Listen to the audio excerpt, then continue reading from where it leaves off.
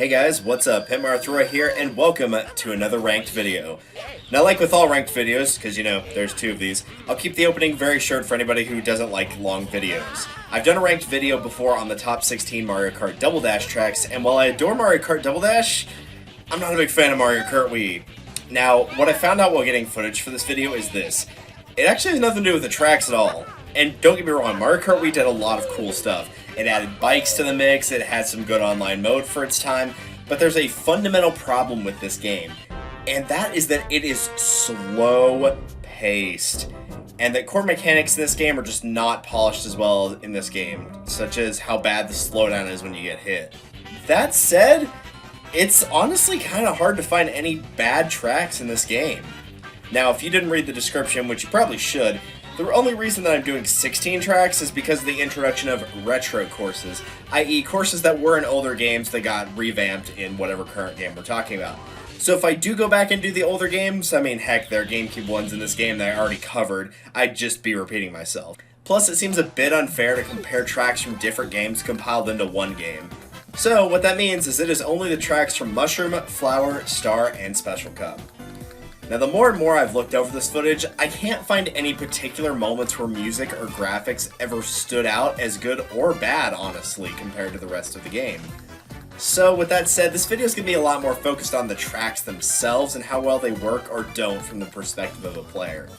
Like always, let me know your rankings for the Mario Kart Wii tracks, and I'll include a tier maker list at the end of this video if you prefer the short version.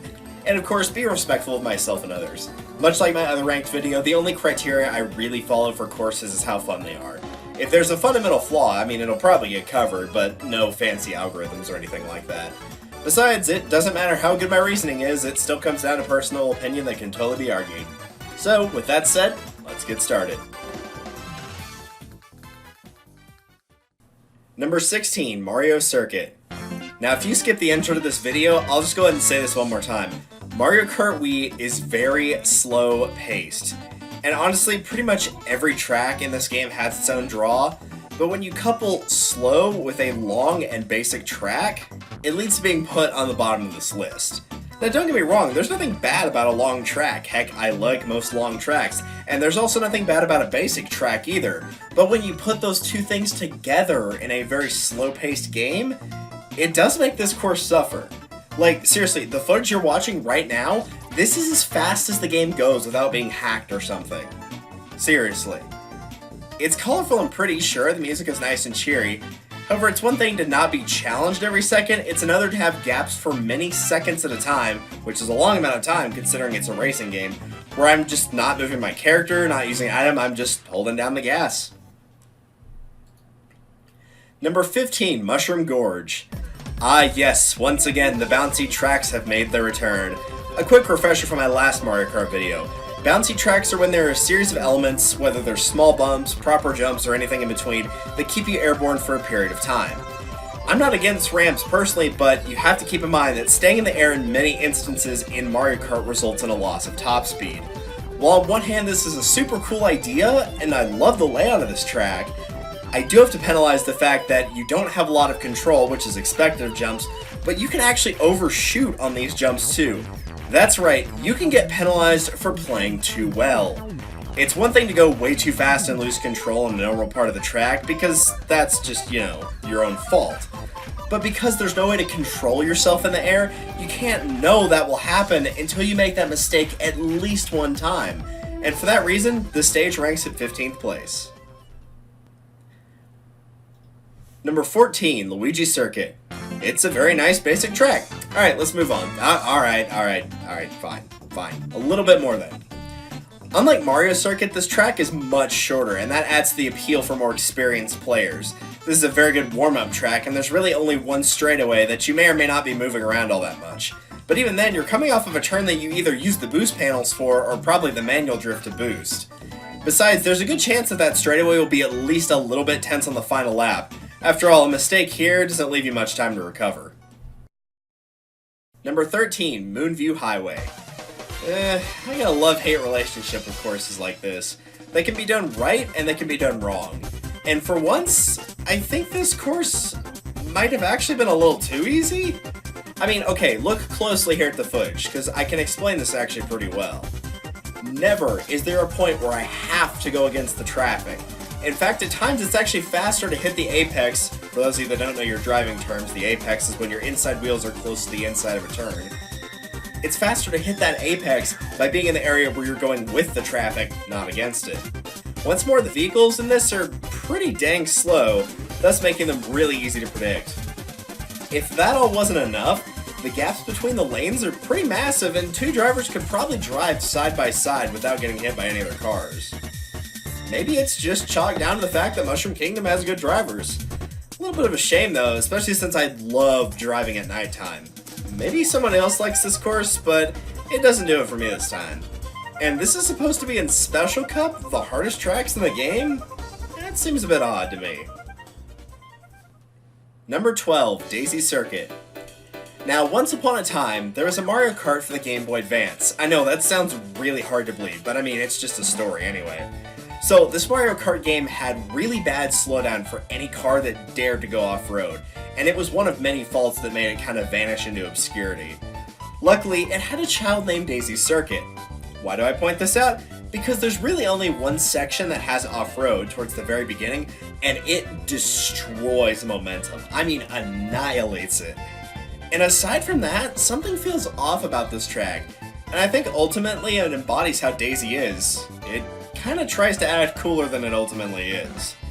There's a good amount of twists and turns here, a U-turn, but it all feels pretty easy to navigate, oddly enough. It's a shame that 200cc wasn't a thing yet, because if it was, to quote TV tropes, I could have been a contender. It also feels very golden orange, as in, like, everything is off color. I get the sunset mechanic, but something, again, just doesn't feel right with this one. Number 11, Wario's Goldmine. This track should pray to whatever deity it chooses to believe in, that I put my personal bias and hatred of this course aside and put it here instead. Because otherwise, it's in dead last for sure. Conceptually, super cool idea. Very fitting of the character. I love the cavern slash goldmine slash cliffside idea. But man, does this track like to slow down your momentum to a crawl. Between the ups and downs with boost pads put in really odd places, bats that will be in the way just as much as they would in a cave in Pokemon without any repels, the minecarts that always seem to catch you off guard like the cars in Moonview Highway should, and the jumps that can potentially just drop you off the map in favor of a very, very tiny shortcut, this track's tough, and not in a good way either. It was the only one that I remember as a kid that I could never beat the fast staff ghost in. Although to be fair, for this footage I didn't go back and attempt it again now that I'm older, so who knows? What I do know is that it was a massive source of frustration for me in the past, and now it just feels like a case of not following the idea of less is more in terms of obstacles. Even removing one of these issues probably would have fixed the track as a whole in my opinion. Number 10, Grumble Volcano. Alright, so it's confession time here. I actually really like this stage. And I'll be the first to admit, it's very tough and going off-road in this is a massive death sentence.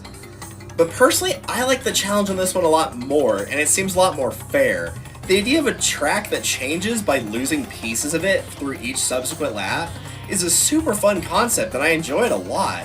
It certainly forces you to brake on a few turns in series that often never forces you to do exactly that, but it's my love for not only a challenging race, but one that forces you to think due to a track decreasing in size, while still being attacked by other drivers and track hazards.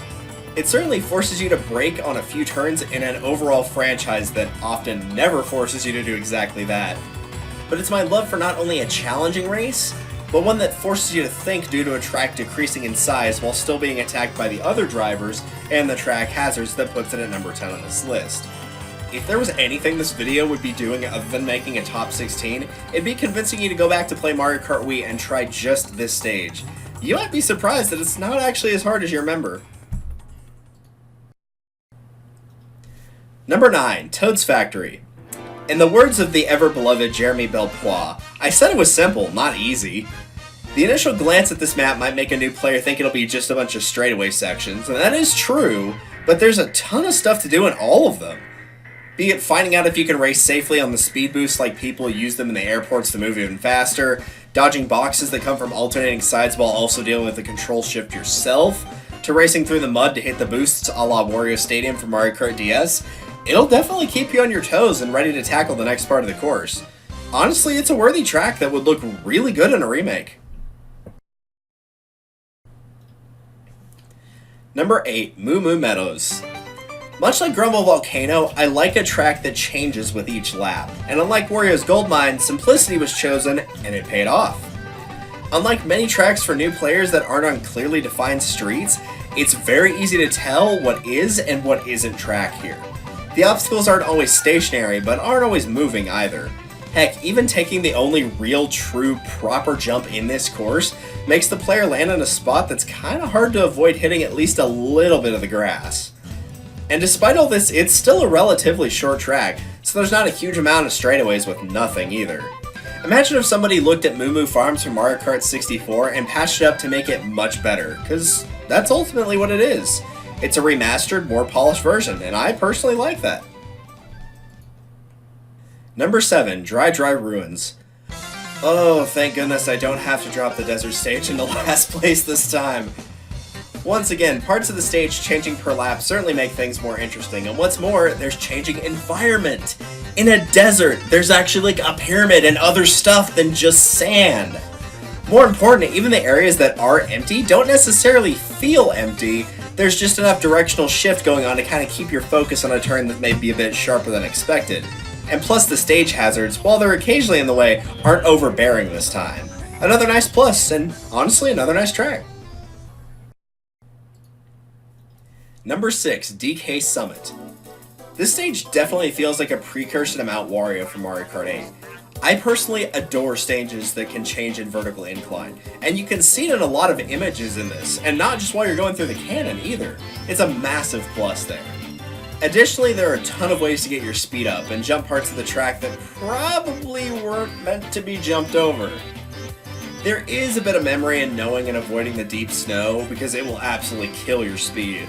But it embodies the snowy mountain well with all these different sport type things going on. A half-pipe style ending to launch yourself down in the air, slopes that skiers would jump off in the race down the mountain, so it's got a lot of cool mechanics that also fit very well with the Mario Kart series.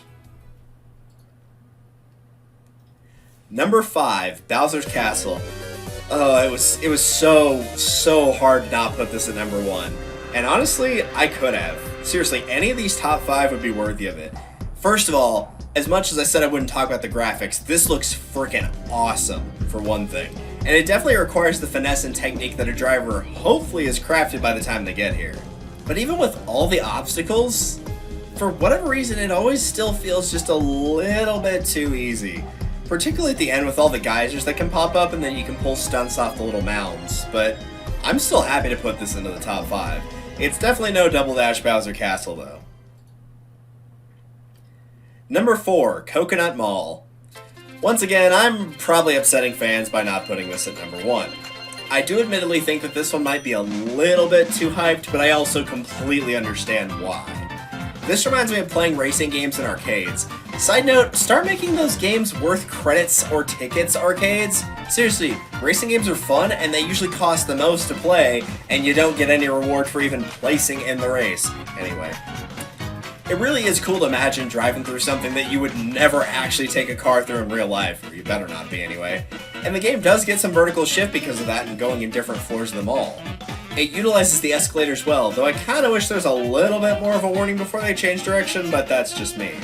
And as somebody who lives in a town of bad drivers, the ending section very much reminds me of people flying into or out of parking spaces. The chance to hit you unless you're on your guard is incredibly high. Number 3, Rainbow Road. Yeehaw, ride 'em cowboy. Seriously, this is like Waluigi Stadium in space or something. It makes good use of the ramps and the boost, and as is the case with most Rainbow Roads, you have to be incredibly careful or you're going off the map. This is one of the very few tracks that feels fast-paced almost the entire way through, which is a big rarity in this game. It's a darling of a track, and though it really can't match Double Dash's Rainbow Road, still a good track and definitely worthy of the bronze medal. Number 2, Maple Treeway. These last two were so hard to choose, insanely hard. but ultimately it came down to just one small nitpick for the stage. First off, the stage is gorgeous, and it gives you plenty of opportunity to practice drifting, cornering, boosting, and doing stunts, all while getting some really great scenery. Another great example of vertical stage as well, and I feel like it does the whole cannon thing a little bit better than DK's Summit, as in, it's not like the prime big thing that everybody remembers about it. The obstacles are, oddly enough, kinda left to luck at times, as running over patches of leaves can drop nothing, a banana peel, or a mushroom. And I actually really like that idea of risk versus reward. Besides, the bananas can still be dodged, it's just that you risk making something harder for yourself. What ultimately stopped this from being number one? The wigglers. I don't mind that there's an obstacle of that area racing through what feels like a minefield. I actually think that's pretty cool. But you have no idea when one of them is going to start or stop moving. Other than that, very much a track worth playing, and one everybody remembers, along with number one. Number 1, Koopa Cape. Tracks that I often rank high are ones with good difficulty, have different thematic sections, provide additional challenges that aren't necessarily shortcuts, don't have any glaring flaws, and this is the one track that provides all of that. Oddly enough, it kinda reminds me of Shy Guy Falls from Mario Kart 8, only done much more effectively here. It's really nice to have a water track that doesn't feel slow, but when it goes fast, it's not sacrificing control either. And it still provides the challenge to stay in the current to keep your speed up.